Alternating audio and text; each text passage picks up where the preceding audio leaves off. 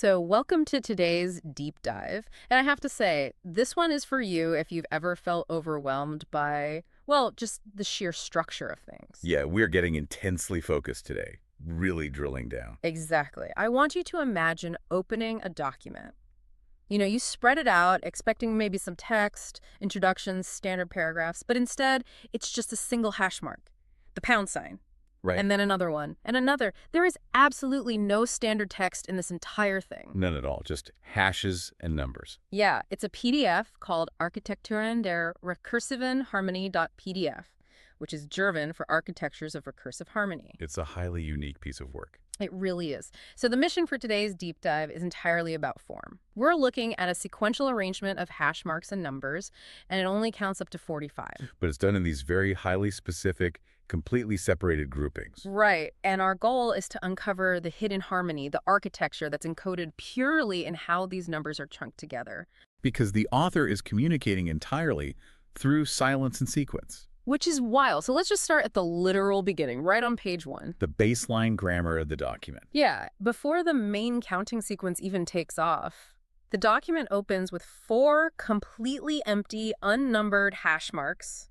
Just hash, hash, hash, hash. Pure placeholders. And immediately following that, there's this really short sequence of 3 numbered ones. So it's hash 1, hash 2, hash 3, and then it just terminates. It just cuts off completely. Okay, let's unpack this because to me, those 4 empty hashes feel like a drummer clicking their sticks 4 times, right? Like Yeah. a literal 1, 2, 3, 4 count in before a song starts. Well, that's a great way to look at it. But then we get that 1, 2, 3 sequence and the song just stops. So I have to push back here.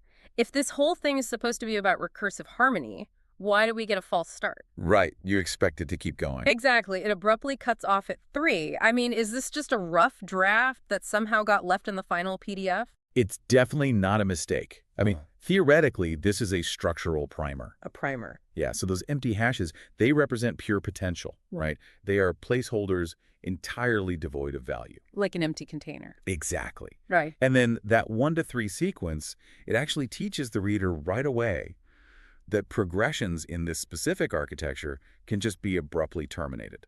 Oh, wow. Yeah, it's setting an expectation of unpredictability right out of the gate. It's like, do not get comfortable. Exactly. Do not expect standard rules to apply here. Okay, well, that makes the next part really interesting because moving directly from that terminated 1 to 3 sequence, we have to look at what the author replaces it with. The first major block. Right. The sequence completely resets back to 1, and this time it runs consecutively without any breaks all the way to 10.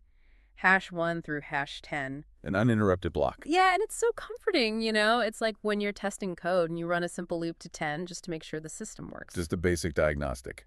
Exactly.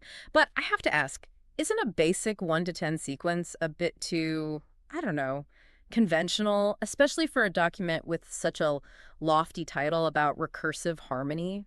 Well, you have to connect this block to our innate understanding of mathematics. Okay, how so? That 1 to 10 sequence, it acts as the foundational slab of this architecture.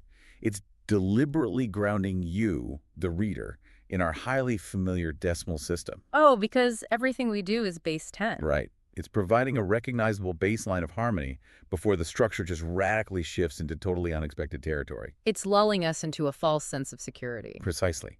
It Yeah. establishes comfort so that the next disruption actually means something. And man, does it disrupt.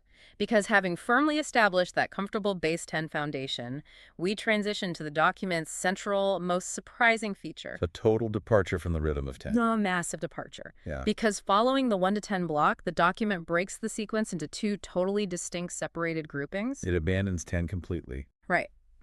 We get hash 11 to hash 23, which is a group of exactly 13 numbers. Yep. Then there's a literal visual gap on the page, and then it picks up again with hash 24 to hash 36. Another perfectly mirrored group of 13 numbers. And here's where it gets really interesting for me. If 1 to 10 was the foundation, then 11 through 36 are these 2 massive twin towers built right on top of it. Looming over the base? Yeah, but 13 is a prime number. It is notoriously asymmetrical. It doesn't divide cleanly. How does breaking a clean block of 10 into 2 chunky blocks of 13 create harmony? So to understand that, we have to point right back to the title, Hmm. recursive harmony. Recursive. Okay. The harmony here isn't found in round, easy numbers like 10 or 20. It's found in the rigid, mirrored repetition of those 13-unit blocks. So the fact that it repeats is what matter. Exactly. The 11 to 23 section and the 24 to 36 section reflect each other perfectly. They're identical in size. Right. It proves that the document's true architecture relies on repeating structural patterns rather than, traditional numerical elegance. I mean, that's fascinating. It's saying that symmetry can be built out of asymmetrical parts as long as you repeat them identically. Exactly. The recursion is the harmony. Okay, so we've followed the rhythm from 10 up through those two massive blocks of 13. But now we have to look at how the architect chooses to actually cap off this structure. The apex. Right, the apex, which totally defies the new rhythm we've just learned. It breaks the rule again. Yeah, the final grouping in the entire document runs from #37 to #45. Just 9 numbers. Exactly, a block of only 9 numbers. And it terminates the entire document abruptly at 45. Just stops dead. It's like climbing a staircase in the dark. Imagine the last 2 flights had exactly 13 steps. You feel that rhythm in your legs. Your brain maps it. Right. So your brain expects 13 steps again on the final flight. But this last flight only has 9 steps. You step out and you trip. Because the physical expectation is shattered. Exactly. So what does this all actually mean? Did the architect just, run out of numbers at 45? Not at all. This is the core so what of the entire analysis. Okay, lay on me. This 9-number block deliberately breaks the recursive 13 pattern we just got used to. By stopping at 45, it leaves the sequence intentionally unresolved. Unresolved, like musically. Conceptually, it forces you, the reader, to mentally project where 46 through 49 would go to finish that third block of 13. Oh, wow. So your brain is trying to finish the pattern. Exactly. The ultimate architecture of recursive harmony requires an unfinished final state to keep the mind actively engaged. So if it ended perfectly at 49, we'd just close the PDF and forget about it. Yep, it would be a closed loop, but because it's broken, you carry the architecture with you. That is just brilliant.